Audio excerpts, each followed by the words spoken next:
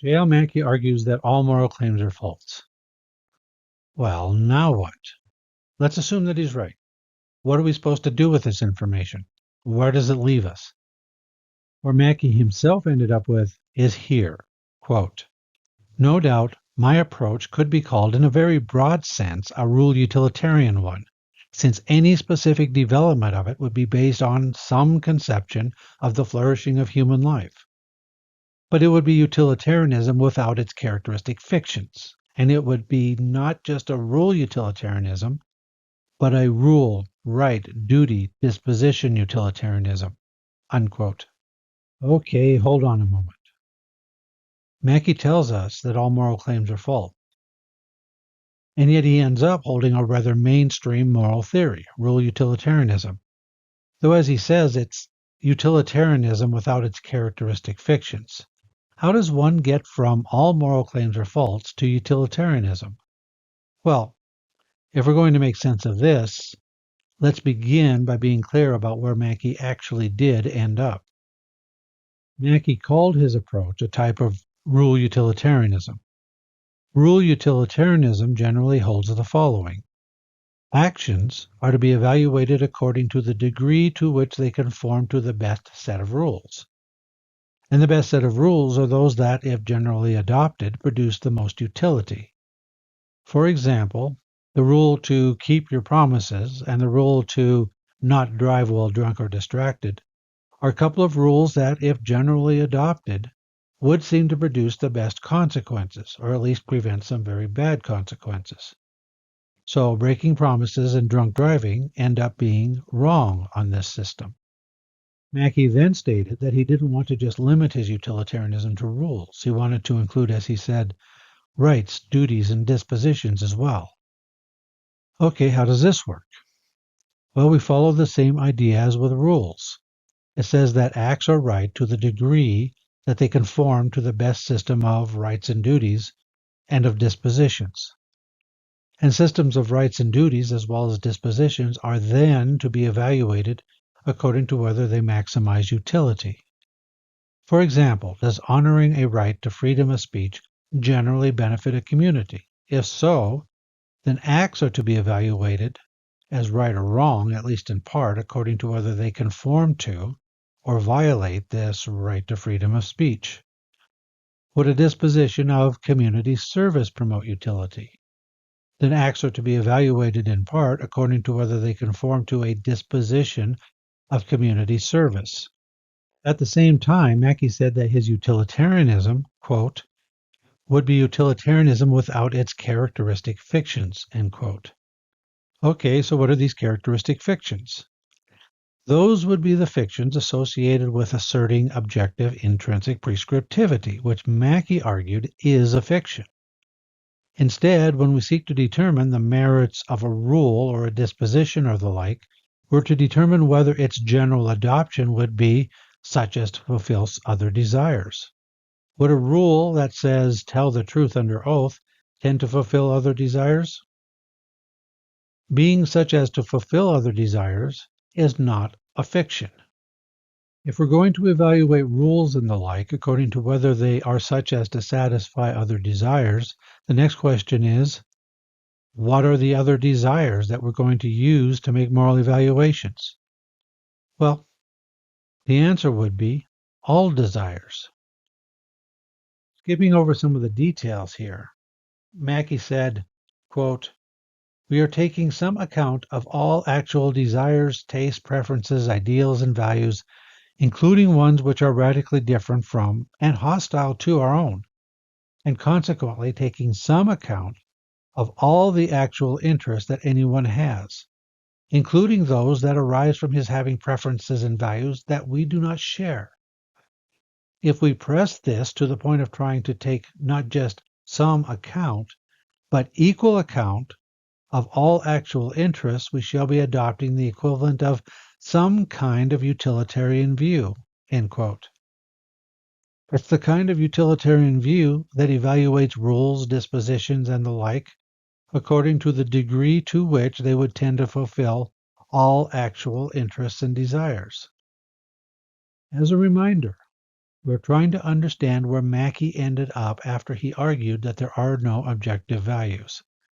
He argued for evaluating actions as right or wrong according to whether they conform to rules and dispositions and the like, which are in turn evaluated according to whether they are such as to fulfill other desires. All desires, regardless of whose they are. Being such as to fulfill other desires is not a fiction. Okay, now what do we do with Mackie's claim that all moral statements are false? He says the following, quote, but the denial of objective values will have to be put forward not as the result of an analytic approach, but as an error theory. A theory that, although most people, in making moral judgments, implicitly claim, among other things, to be pointing to something objectively prescriptive, these claims are all false. End quote. This seems to suggest that these claims about relationships between actions and rules or dispositions that tend to fulfill other desires are not moral claims because they're not false. And this gets a bit confusing.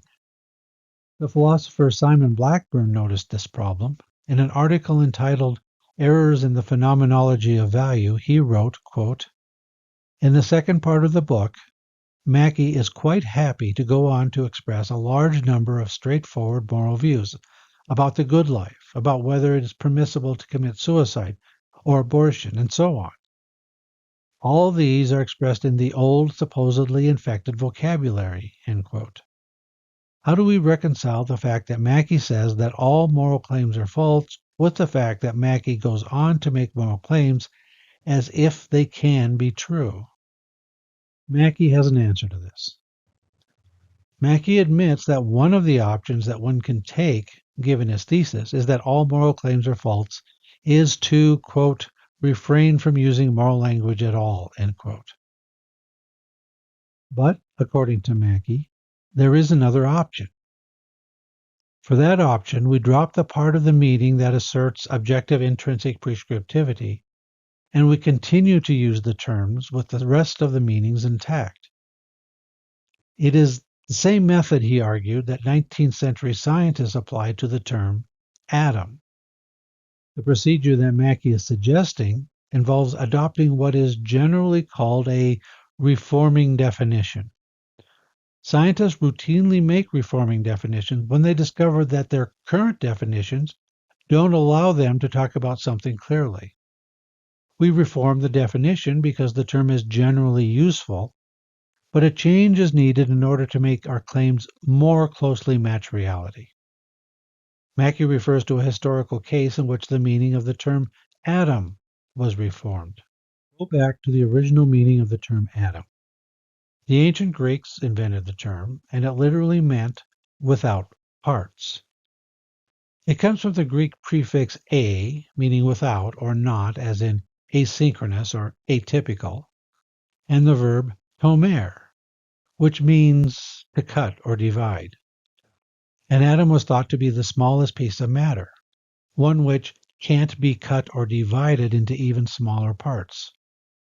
That meant that a sentence like, water is made up of 2 hydrogen atoms and 1 oxygen atom, literally meant water is made up of 2 hydrogen particles without parts and 1 oxygen particle without parts. But we now know that that is false. Hydrogen atoms and oxygen atoms do have parts. This meant that all claims about atomic composition, all claims that assumed that the smallest piece of an element didn't have any parts, were false. So what did 19th century scientists do? They went back and they reformed the definition of atom. Instead of meaning thing without parts, it now meant the smallest piece of an element, the smallest piece of hydrogen or oxygen or carbon or sulfur. When scientists applied this new definition to sentences like water is made up of 2 hydrogen atoms and 1 oxygen atom, they ended up with claims like water is made up of 2 of the smallest bits of hydrogen and 1 of the smallest bits of oxygen. And that happens to be true. By reforming the definition of atom, scientists changed all of the old false statements about atomic composition into true statements. Mackie argued for using the same technique to turn all of the old false moral statements into true moral statements. Under the old definition, calling something wrong, for example, meant that it had an objective intrinsic property that commands us not to do it. For example, a statement like, "It is wrong to break a promise," means breaking your promise has an objective intrinsic property prescribing that you not break your promise. However, the statement that breaking your promise has an objective intrinsic property prescribing that you not break your promise is false. No such property exists. And to fix that problem, Mackie suggests the following. We go back and reform our moral language.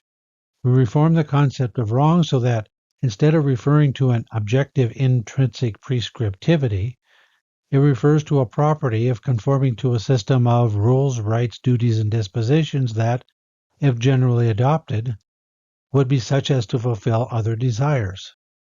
When we apply this new definition to a phrase like, "It's wrong to break a promise," what we get is, breaking a promise is such as to violate a system of rules, etc., that if generally adopted is such as to fulfill other desires. And now we can have objectively true moral claims, the same way that scientists now have objectively true claims about atomic composition. Before we leave this topic, I do want to make sure that we avoid a serious problem. If a reforming definition is too far different from the original definition, then it's actually not a reforming definition at all. It's changing the subject. Let's take an extreme example, just because it better illustrates the point.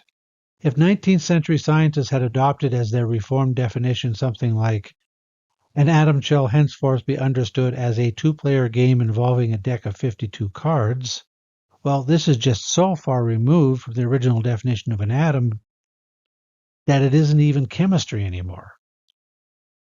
The reforming definition has to be as close as we can get to the original definition, so close, in fact, that it's hard to notice the difference in many cases.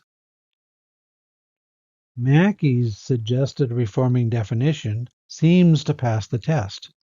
Well, as evidence that it passes the test, one can refer to the fact that many philosophers, such as Simon Blackburn, quoted above, didn't even notice the difference.